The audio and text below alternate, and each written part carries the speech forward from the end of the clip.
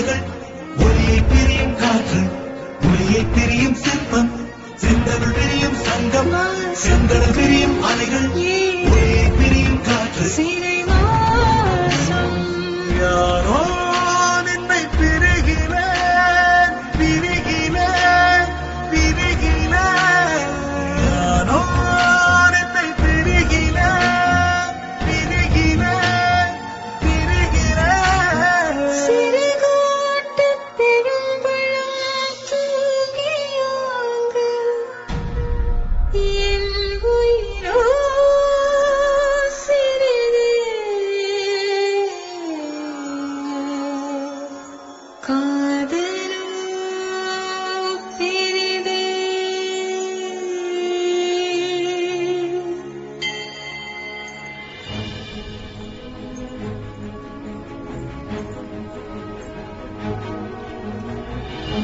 அனைவரும் சிறையை விட்டு வெளியே செல்லுங்கள். உத்தரவு இளவரசியாரே. வாருங்கள்.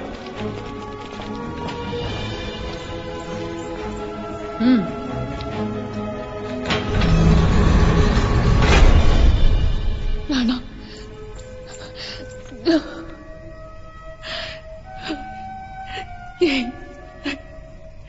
ஏன் ராணா,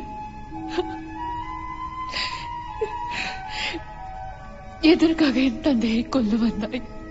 தவறில்லை, உன்னிடம் கூறுவதில் தவறில்லை. பல ஆண்டுகளாக என் மனதிற்குள் பூட்டி வைத்திருந்த பழி உணர்வை என்னுடன் வாழப்போகும் உன்னிடம் கூறுவதில் தவறில்லை. கோச்சடையான் என் ஆருயிர் தந்தை தன் பேருக்கு ஏற்றாற் போல சடாமுடி கொண்டு மக்கள் மனதில் மன்னனாக வாழ்ந்த அன்றைய தலைமை தளபதி, மனித நேயம் கொண்ட மாவீரன், சிவபக்தரான என் தந்தை ஒவ்வொரு சிவராத்திரி என்றும் பணித்த சடையும் பவளம் போல மேனியுமாய் அந்த ஆதி சிவனே அவதாரம் எடுத்து வந்தது போல அவர் ஆடும் ஆனந்த தாண்டவத்தை காண நாடே கூடி நிற்கும்.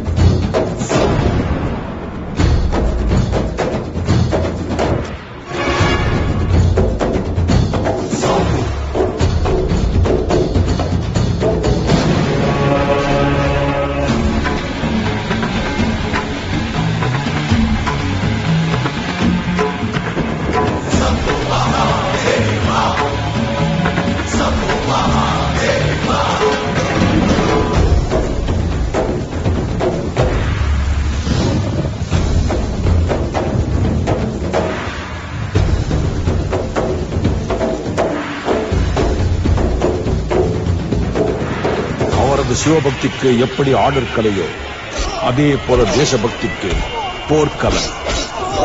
அவரது வீரத்தால் கோட்டைப்பட்டினத்தின் எல்லைகள் விரிவடைய ஆரம்பித்தன.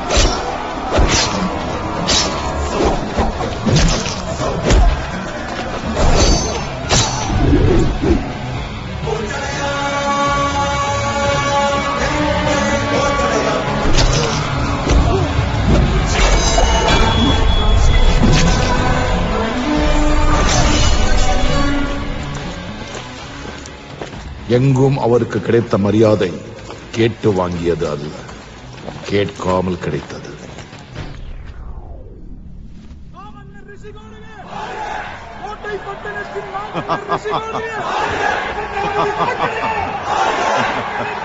தன் வளர்ச்சிக்கு கோச்சடையானை பயன்படுத்திக் கொண்ட மன்னர் மக்கள் மனதில் அவர் உயர்வதைக் கண்டு பொறாமை கொண்டார். மக்கள் மட்டுமல்ல, அரசவையிலும் அவர் பேச்சை கேட்க ஆரம்பித்தனர். அரசின் முக்கிய முடிவுகள் அனைத்தும் கோச்சடையான் எடுத்த முடிவுகளாகவே இருந்தன. காலம் காலமாக கப்பம் கட்டாதவர் கோச்சடையான் பொறுப்பேற்றதும் ஒழுங்காக கட்டுகிறார். கோட்டைப்பட்டினமே கோச்சடையானைத்தானே நம்பியிருக்கிறது. வழக்கத்திற்கு அதிகமாக வரி செலுத்தி இருக்கிறீர்கள், பாராட்டுங்கள். இந்த பாராட்டெல்லாம் கோச்சடையானுக்குத்தான் மன்னா. ஆச்சரியமாக இருக்கிறது, நீரே வரி செலுத்துகிறீர். கோச்சடையானின் வீரத்திற்கு பயந்துதான் முறையாக கப்பம் செலுத்த வேண்டியுள்ளது மன்னா. வருகிறோம். கோச்சடையான் கோச்சடையான் கோச்சடையான், எங்கும் கோச்சடையான், எதிலும் கோச்சடையான். அந்த கோச்சடையானை நாம் ஆட்சியில் இருப்பவர்கள் அஞ்சக்கூடாது. நம்மை மிஞ்சக்கூடியவன் தடுமாறும் காலம் வரும். கோச்சடையான் தடுமாறுவான்.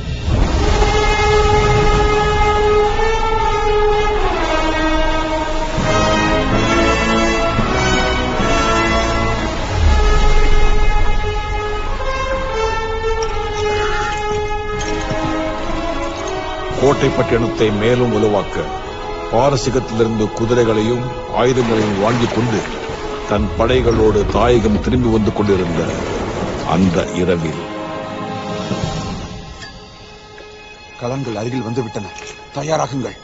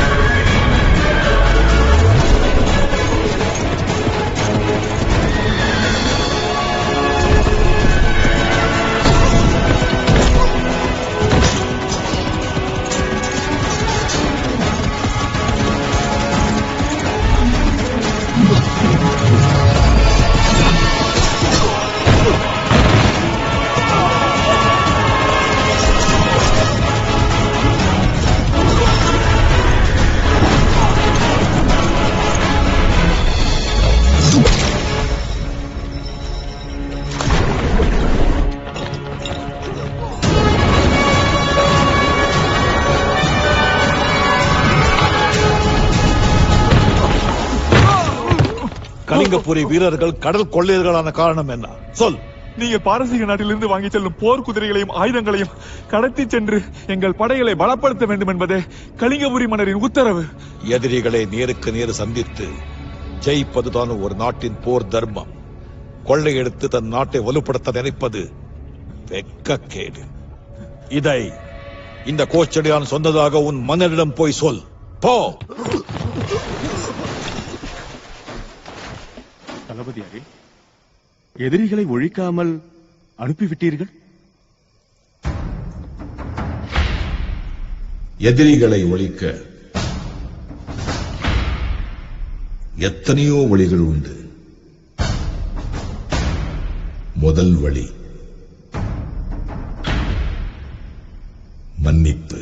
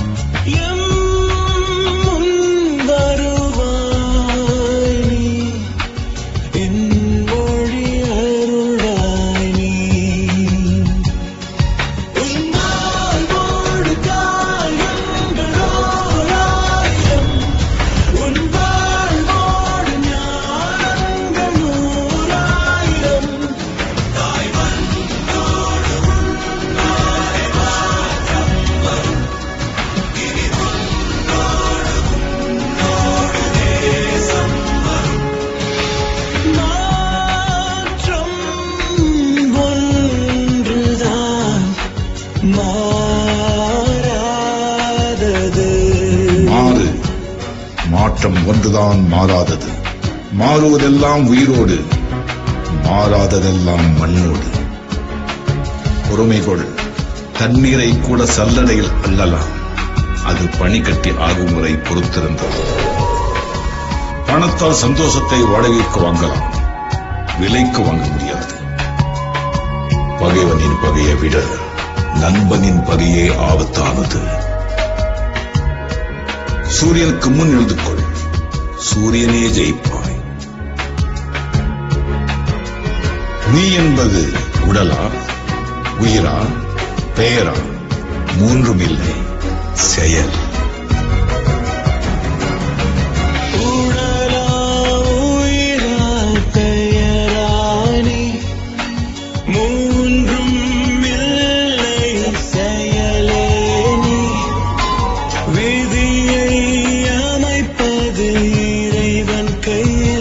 அந்த விதியை முடிப்பது உந்தன் கையில்.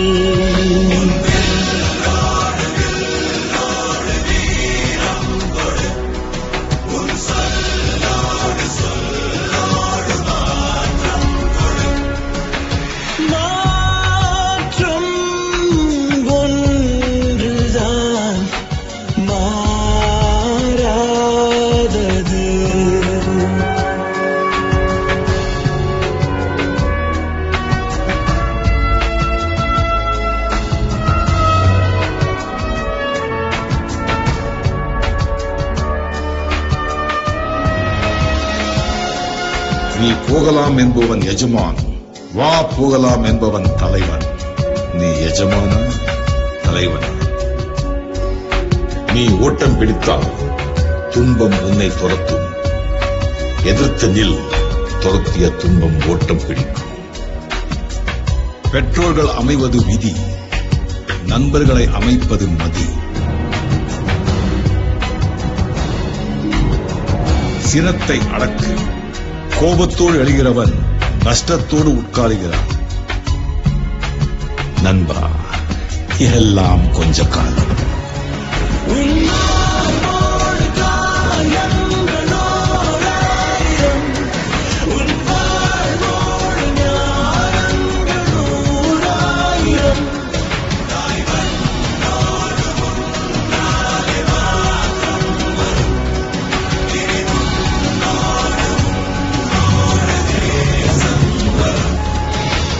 மாற்றம் ஒன்றுதான் மாறாதது.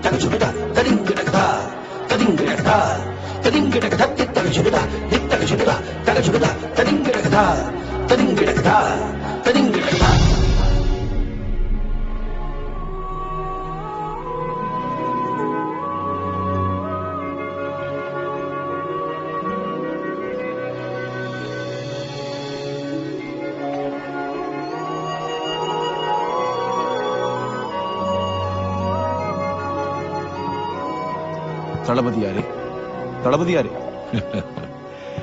மகிழ்ச்சி கடலில் நீந்திக் கொண்டிருந்தேன் என் குடும்பத்தாருடன். கலிங்கபுரி வீரர்களை விரட்டி அடித்த அசதியில் வீரர்கள் அனைவரும் உணவருந்தி உறங்கிவிட்டனர். தாங்கள் அருந்தாததால் தங்கள் கப்பலில் உள்ளவர்களும் உணவருந்தவில்லை. மணந்தவளையே நான் காத்திருக்க வைத்ததில்லை, நீங்களே காத்திருக்க வேண்டும் எனக்காக. பக்தியும் பயமும் மனதில் இருந்தால் போதும், அதை வயிற்றுக்கு கொண்டு வர வேண்டும்.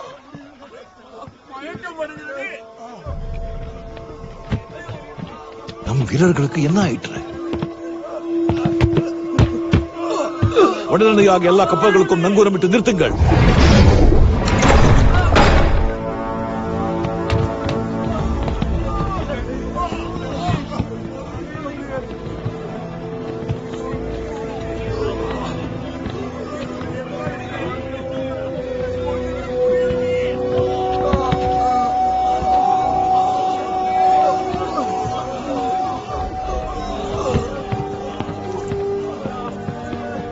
வைத்தியரே, என்ன ஆயிற்று?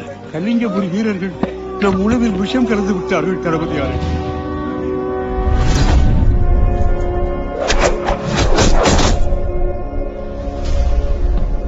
துரோகிகள் உயிரோடு விளையாடி விட்டார்கள். வைத்தியரே, நம்மிடம் விஷமுறிவு மூலிகைகள் இருக்கிறதல்லவா? இருக்கிறது, ஆனால் போதிய அளவு இல்லை. ஒரு சிலரையே காப்பாற்ற முடியும். அவை எங்கு கிடைக்கும்? விஷமுறிவு மூலிகைகள் கிடைக்க நாம் நிலப்பரப்பிற்குத்தான் செல்ல வேண்டும். சில நாளிகைக்குள் மாற்று மருந்து கொடுக்கவில்லை என்றால் அனைவருமே இறந்து விடுவார். அருகில் நிலப்பரப்பு எங்கு இருக்கிறது? அருகில் இருக்கும் ஒரே நிலப்பரப்பு கலிங்கபுரிதான். விடுவதற்குள் சென்று விடலாம்.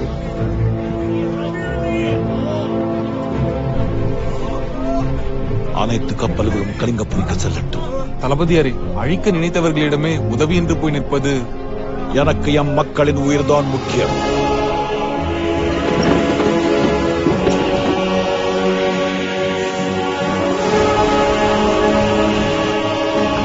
மன்னா, கோச்சடையான் தன் படைகளுடன் வந்து கொண்டிருக்கிறார்.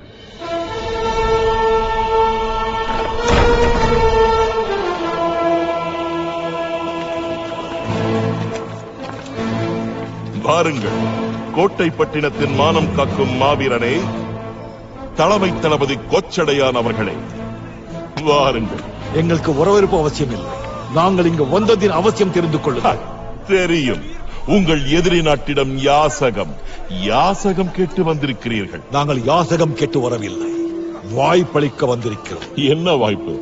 எங்கள் உணவில் விஷம் கலந்த நைவஞ்சக தவறுக்கு பிராயச்சித்தம் செய்ய வாய்ப்பளிக்க வந்தோம். நாங்கள் செய்தது நயவஞ்சகம் அல்ல, எம் நாட்டிற்காக செய்த ராஜதந்திரம். எங்கள் வீரர்களுக்கு விஷம் கொடுத்து சாகடிக்க நினைத்தது ராஜதந்திரம் அல்ல, எதிர்க்க துணிவில்லாத கோழைத்தனம். எப்படியோ நீ பிழைத்து விட்டாய். அது என்னை படைத்த ஆண்டவனின் செயல். எவனாயிருந்தாலும், ஏன் யமனாயிருந்தாலும் அவனை மிஞ்ச முடியாது. போரில் மட்டுமல்ல, பேச்சிலும் நீ வல்லவன்தான். எப்படியும் உன் மக்களை காக்க நீ வருவாய் என தெரியும். அவர்களுக்கு தேவையான விஷமுறிவு மூலிகைகளை பறித்து கொடுத்து நீ நல்லவன் என்று நாடு போற்றும்படி நடந்து கொள். ஆனால் அதற்கு கைமாறு வேண்டும். உன் உடன் வந்தவர்களும் எம் மண்ணில் மீண்டும் உயிர் பிழைக்கப் போகும் அனைத்து வீரர்களும் உன் போர் குதிரைகளும் இனி எங்கள் மண்ணிற்கே சொந்தமாக வேண்டும். தளபதியாரே, உயிர் பிழைத்து எதிரி நாட்டில் அடிமைகளாக வாழ்வதை விட சொந்த மண்ணில் சாவதே மேல். போரில் வீர மரணம் அடைந்ததாக நினைத்துக் கொள்வோம். புறப்படுங்கள்.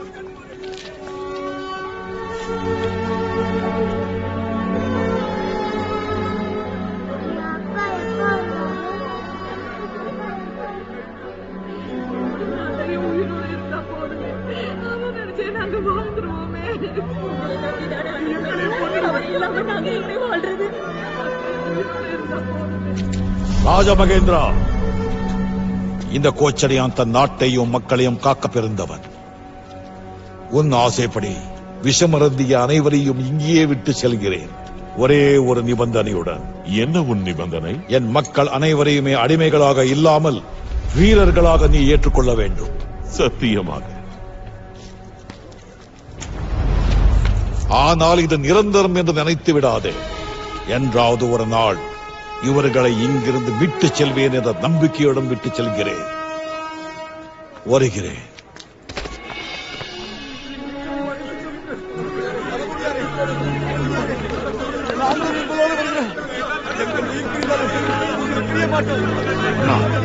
கோச்சடையானை இங்கேயே கொன்று விட்டால்? முட்டாள், அவன் தனி மனிதன் அல்ல, அவன் ஒரு நாடு.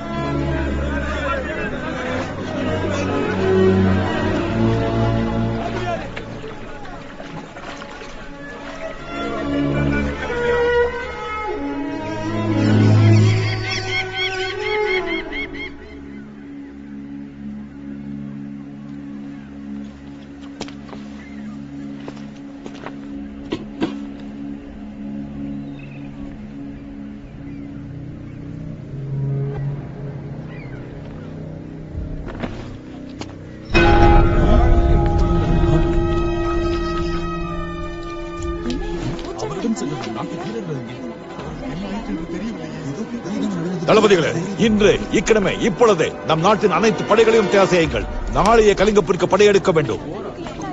மக்களே, நான் கூட்டி சென்ற அனைத்து வீரர்களும் நலமாக இருக்கிறார்கள். நாடு திரும்பும் நன்னாளை எதிர்பார்த்து கவலைப்படாதீர்கள்.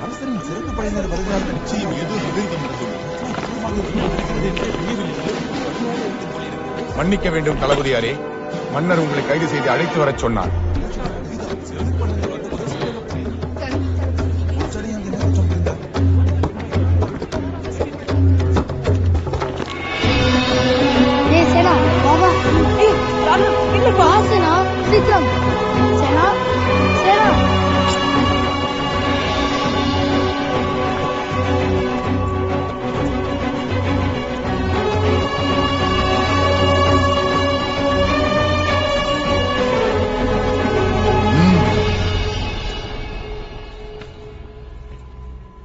மாமன்னருக்கு வணக்கம். உத்தரவு மன்னா. நேற்று வரை இந்நாட்டின் தலைமை தளபதியாக இருந்த கோச்சடையான் அவர்களே, நீங்கள் பல குற்றங்களை புரிந்திருக்கிறீர்கள். முதற் குற்றம், நம் நாட்டின் ஆயிரக்கணக்கான சிறந்த போர் வீரர்களை இழந்துவிட்டு வந்திருக்கும் நீங்கள் போர்க்குற்றவாளியாக கருதப்படுகிறேன். இரண்டாவது குற்றம், மிகுந்த பொருள் கொடுத்து பாரசீக நாட்டிலிருந்து வாங்கி வந்த போர்க்குதிரைகளை இழந்துவிட்டு வந்திருக்கும் நீங்கள் அரசாங்க குற்றவாளியாக கருதப்படுகிறேன். மூன்றாவதாக, இவை அனைத்தையும் நம் நாட்டிற்கு பல நூற்றாண்டுகளாக எதிரி நாடாக இருக்கும் கலிங்கபுரிக்கு தாரை வார்த்து நம் நாட்டை விட எதிரி நாட்டை பலப்படுத்திய நீங்கள் தேச துரோகியாக கருதப்படுகிறீர்கள்.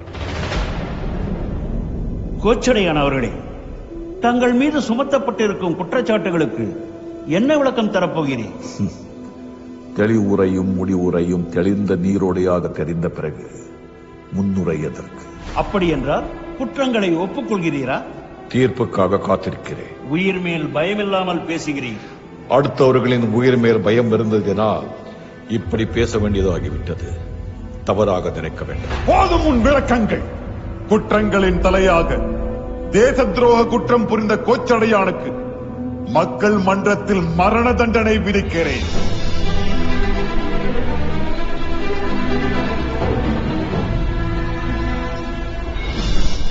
உங்கள் மரண தண்டனையை நான் மனதார ஏற்றுக்கொள்கிறேன். ஆனால் அதற்கு முன் எனக்கு இறுதியாக ஒரு வாய்ப்பு கொடுங்கள். எதற்கு? நம் நாட்டு படைகளை திரட்டி சென்று நான் விட்டு வந்த வீரர்களையும் குதிரைகளையும் மீட்பதற்கு. மீட்டு வருவாய் என மீதமுள்ள படைகளையும் இழப்பதற்கு நான் முட்டாள் அல்ல. நான் உன் மீது வைத்த நம்பிக்கை நேற்றோடு முடிந்து விட்டது. நாளை உனக்கு மரண தண்டனை.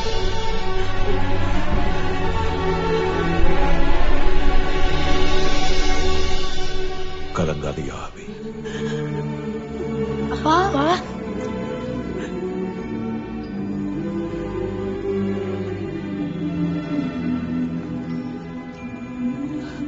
சேனா, நம் பரம்பரையை, நாட்டையும் நாட்டு மன்னரையும் காப்பாற்றுபவர்கள். அந்த வழியில் எனக்கு பிறகு நீ இந்நாட்டையும் மன்னரையும் காக்க வேண்டும். தங்கள் கட்டளையே எனது வாழ்நாள் கடமை தந்தையே.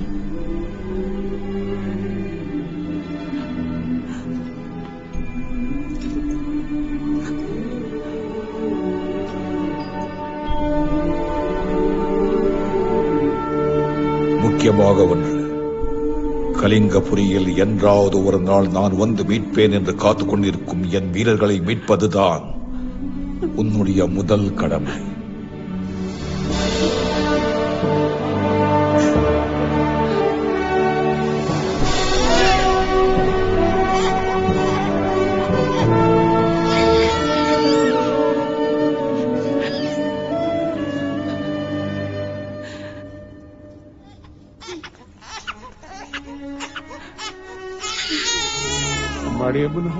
உங்க அப்பாவை கடைசியா இருந்தாலும் பாத்துக்கமா மாப்பிள்ள, நீ எல்லாரையும் விட்டுட்டு